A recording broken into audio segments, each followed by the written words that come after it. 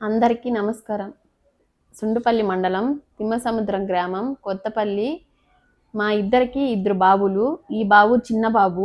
ఈ బాబుకి బోన్ మేర ప్రాబ్లం వచ్చింది. సంజయ్ హాస్పిటల్కి తీసుకుని వెళ్ళాము. అక్కడ 4 వారాలు ట్రీట్మెంట్ తీసుకున్నారు. 4 వారాల ట్రీట్మెంట్ అన్ని చెకప్లు చేసిన తర్వాత బోన్ మేర చెక్ చేశారు. ఎందుకు బాబుకి బ్లడ్ ఇంప్రూవ్ కాలేదు, 4 పాయింట్లు ఉంది అని చెప్పి చెక్ చేసిన తర్వాత బాబుకి బోన్ మేర ప్రాబ్లం ఉంది, బ్లడ్ అనేది ఇంప్రూవ్ కాలేదు, వాడికి సిజరింగ్ చేయాలా కంపల్సరీ అని చెప్పారు.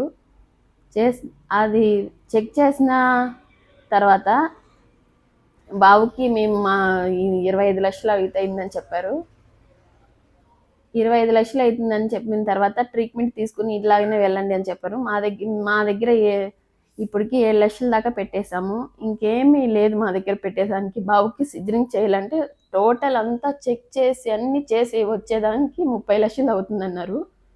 30 లక్షలు మేము అంత పెట్టలేము, నిన్నంతా పెట్టేశాము. దాతలు ఎవరన్నా సాయం చేసి మా బిడ్డకి కాపాడితే ఒక ప్రాణం పోసినట్టు అవుతుంది. ఈ తోచిన తర్వాత మా బిడ్డకి ప్రాణభిక్ష పెట్టండి అందరినీ కోరుకుంటున్నా. దయచేసి ప్రతి ఒక్కరూ మీకు తోచిన సాయం చేసి మా బిడ్డకి ఊపిరి పోస్తే చాలు.